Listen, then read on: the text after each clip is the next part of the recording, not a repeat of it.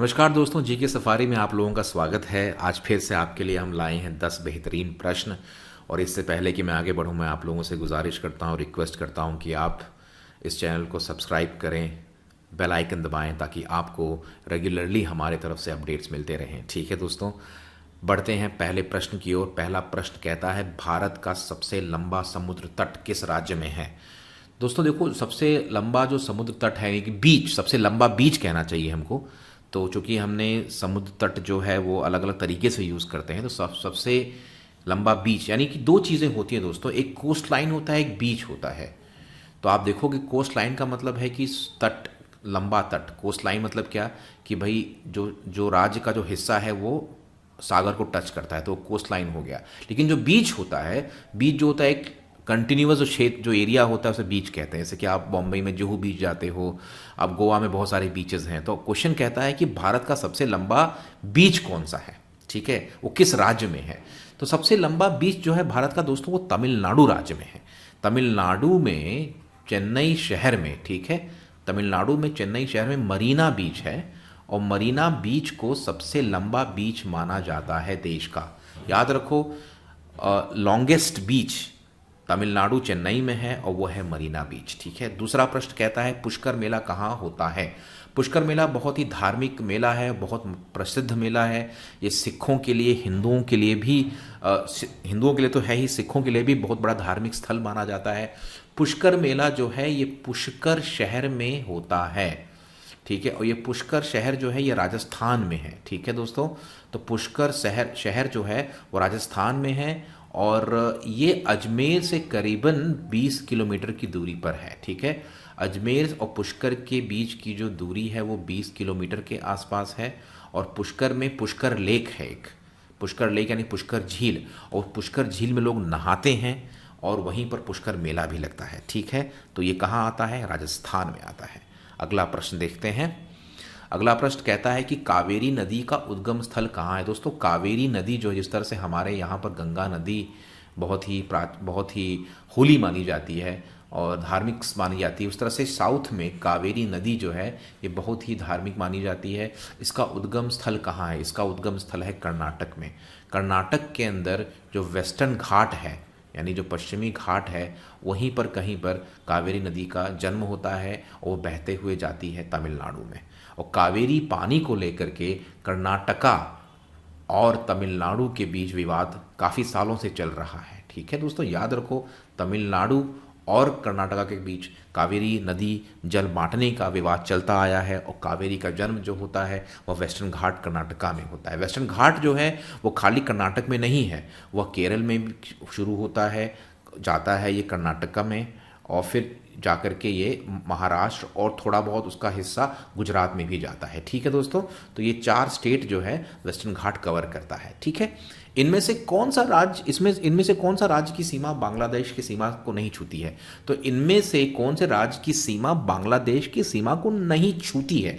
मेघालय छूता है, मिजोरम छूता है, त्रिपुरा छूता है, सिक्किम नहीं छूता है।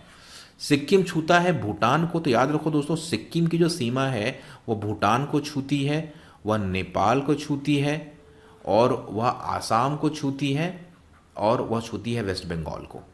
तो ये हो गया 4 जो स्टेट हैं, 4 जो चारों तरफ से घिरा हुआ है, वो सिक्किम इस तरह से घिरा हुआ है, ठीक है दोस्तों। तो याद रखो, भूटान, नेपाल, वेस्ट बंगाल, आसाम। उत्तर हो गया ए, ठीक है। भारत का पहला नेशनल पार्क कौन सा है? दोस्तों, हमने नेशनल पार्क पे कहा है कि काफ़ी प्रश्न आते हैं, आपको याद होना चाहिए कि कौन सा नेशनल पार्क पुराना है, नया है, कहाँ है, बड़ा। काजीरंगा जो है वो आता है आसाम में, लेकिन वो पहला नहीं है। पेरियार नेशनल पार्क जो है वो केरला में आता है, लेकिन ये भी पहला नहीं है। और कॉर्बेट जो है ये आता है उत्तराखंड में, ठीक है। तो उत्तराखंड में कॉर्बेट नेशनल पार्क है, और ये जिम कॉर्बेट जो अंग्रेज थे उनके नाम से बना है, ठीक है। जिम कॉर्बेट मैं लिख देता हूं दोस्तों, जिम कॉर्बेट जो अंग्रेज थे उनके नाम से बना हुआ है, और ये है कॉर्बेट नेशनल पार्क, और ये भारत का पहला नेशनल पार्क है। यानी भारत का पहला national park Jim Corbett national park Uttarakhand में है। याद रखो उस बात को।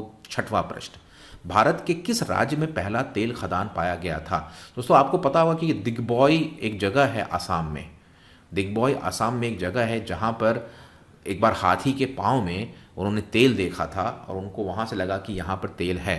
तो भारत के किस राज्य में, यानी कि भारत के असम राज्य में पहला तेल खदान पाया गया था। ठीक है, ऑयल वेल गलती से मिला था, असम में है वो। ठीक है, इसका उत्तर हो गया ए। बढ़ते हैं 7वें प्रश्न की ओर।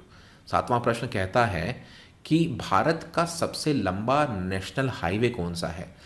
तो दोस्तों सबसे लंबा नेशनल हाईवे जो है NH44 है। इसका नाम कुछ और था पहले, लेकिन अब इसको NH44 कहा जाता है। ठीक है, अभी मौजूदा NH44 सबसे लंबा नेशनल हाईवे है और ये पूरा नॉर्थ से लेकर के साउथ तक पूरा आता है। ये लंबी सी सड़क है, एकदम नॉर्थ से लेकर साउथ तक आती है और ये हो गया NH44। ठीक है, नेशनल हाईवे नंबर 44, याद रखो 44 is the longest national highway. 8वां प्रश्न कहता है कि काली मिर्च का उत्पादन किस राज्य में सबसे ज़्यादा होता है। हमने पहले कहा था दोस्तों कि जितने भी स्पाइसेस हैं, स्पाइसेस यानी हो गए मसाले, तो जो मसालों की जो उत्पादन होता है मसालों का, ये सबसे ज़्यादा होता है केरल में।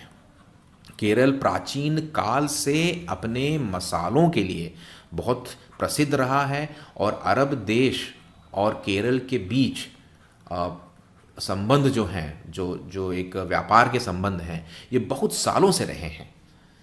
और इस आप देखोगे दोस्तों, जो इस्लाम आया था पहली बार वो केरल में आया था। आपको जान के थोड़ा सा आपको अचंभा होगा कि इस्लाम पहले उत्तर भारत में नहीं आया था, इस्लाम पहले केरल में आया था। और हिंदुस्तान का सबसे पुराना मस्जिद जो है वो केरल में है। और इसलिए था क्योंकि अरब देश और केरल के बीच में काफ़ी प्राचीन समय से जो हम कहते हैं व्यापार होता आया है, ट्रेडिंग होती आई है और स्पाइसेस की ट्रेडिंग होती थी। इसलिए काली मिर्च का सबसे ज़्यादा उत्पादन जो है वो केरल में है। ठीक है दोस्तों, सी हो गया इसका उत्तर। आगे बढ़ते हैं। मुस्लिम लीग की स्थापना कहाँ हुई थी। मुस्लिम लीग की स्थापना दोस्तों ढाका में हुई थी। ठीक है, तो मैं लिख देता हूँ, मुस्लिम लीग की स्थापना ढाका में हुई थी और 1905 के आसपास हुई थी। ऑल इंडिया मुस्लिम लीग जिसे कहते हैं। मैं एग्जैक्ट डेट नहीं पता, लेकिन 1905 या 6 के आसपास जो है ऑल इंडिया मुस्लिम लीग की स्थापना जो हुई थी वो ढाका में हुई थी। ठीक है, ऑल इंडिया मुस्लिम लीग। ठीक है दोस्तों, तो इसमें बहुत सारे लोग थे इसके फाउंडर, और मैं यहाँ लिख देता हूँ ऑल इंडिया मुस्लिम लीग। साहित्य में नोबेल पुरस्कार पाने वाले पहले अंग्रेजी लेखक कौन थे।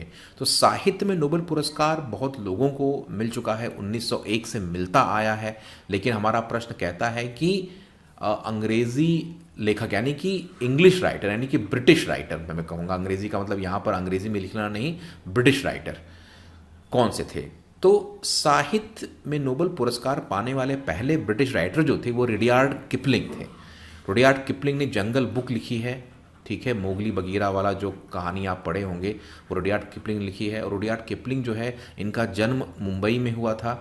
ठीक है, और इनके पिताजी जो थे ये सिविल सर्वेंट थे इंडिया में। ठीक है दोस्तों, तो रुडयार्ड किपलिंग ने जंगल बुक लिखा। रुडयार्ड किपलिंग मुंबई में पैदा हुए। रुडयार्ड किपलिंग को नोबेल पुरस्कार मिला लिटरेचर में और सबसे यंगेस्ट थे, इनको 42 साल में वो पुरस्कार मिला था। ठीक है, 42 साल की उम्र में। तो दोस्तों ये थे हमारे पास 10 प्रश्न। हमें उम्मीद है कि आपको ये रोचक लगे होंगे, अच्छे लगे होंगे। अगर अच्छे लगे तो लाइक कीजिए, शेयर कीजिए और हमारे चैनल पर जाइए, और भी बहुत सारे वीडियोज़ हैं उनको देखिएगा। आप सब्सक्राइब ज़रूर कीजिए दोस्तों, कि हम अक्सर अच्छी वीडियोज़ डालते रहते हैं। हम चाहते हैं कि आपको नोटिफिकेशन तुरंत मिले। ठीक है दोस्तों।